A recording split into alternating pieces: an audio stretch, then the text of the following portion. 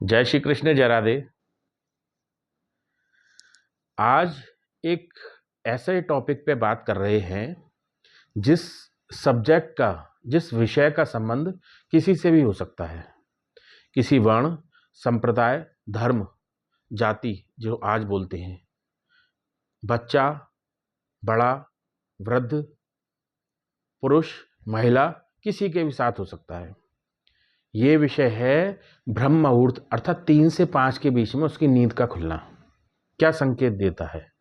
3 से 5 के बीच में किसी की नींद खुल जाती है, किसी का नींद 3 से 5 के बीच में खुल जाती है। हाँ, यदि वो स्वस्थ है उसके बाद भी उसकी नींद 3 से 5 के बीच में खुल जाती है, तो इसका क्या मतलब समझें, इसका क्या अभिप्राय समझें, इसे समझना है। 3 से 5 के बीच में जिन लोगों की नींद खुल जाती है उसे यह मानना चाहिए, हिंदू वैदिक सनातन धर्म की मैं बात कर रहा हूं, किसी और धर्म की मैं बात नहीं कर रहा हूं।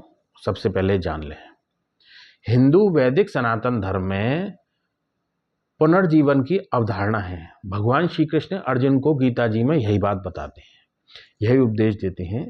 हमें कर्म और ऋण चुकाने के लिए, कर्मों का कर्म बंधन को चुकाने के लिए, लेन देन को चुकाने के लिए पुनर्जीवन लेना पड़ता है, आना पड़ता है। इस बात को मैं गीता जी के आधार पर बोल रहा हूं।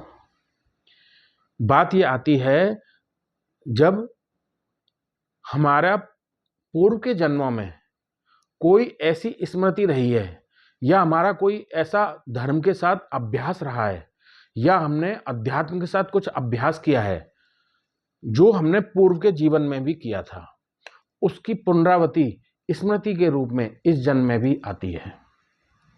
कैसे आती है? यदि पूर्व के जन्मों में हमने अध्यात्म के पथ पर हम चले और वही मार्ग जो इस जन्म में भी पाना चाहते हैं, तो हमारी स्वतः नींद 3 से 5 के बीच में खुल जाएगी। हमारी भक्ति और अध्यात्म मार्ग पर जो हमने चलना प्रारंभ किया वो पूर्व के जन्मों में पूरा नहीं हुआ, नहीं हो सका, उसकी पूर्णता के लिए इस जन्म में निश्चित ही हमारी 3 से 5 के बीच में नींद खुल जाएगी। नींद खुलने से होगा क्या? नींद खुलना 3 से 5 के बीच में बोलते हैं, इसे ब्रह्म मुहूर्त में उठना, ब्रह्म मुहूर्त में नींद खुलना।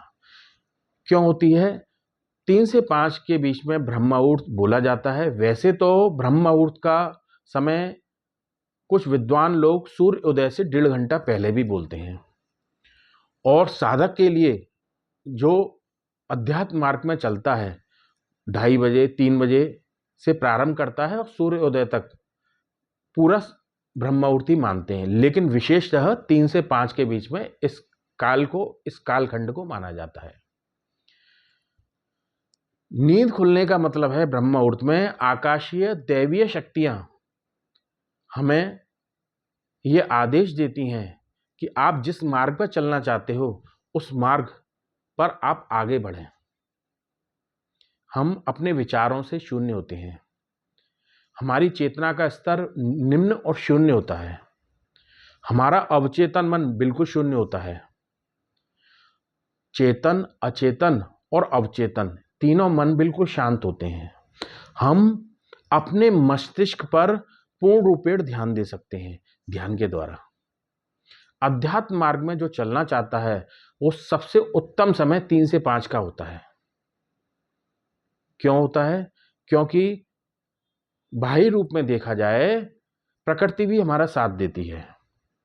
जैसे दिन में देखते हैं काफी नॉइस पॉल्यूशन, ध्वनि प्रदूषण होता है, आवाजें आती हैं बाहर की, ट्रैफिक की, लोगों की, लेकिन उस समय माहौल बिल्कुल शून्य अवस्था में होता है।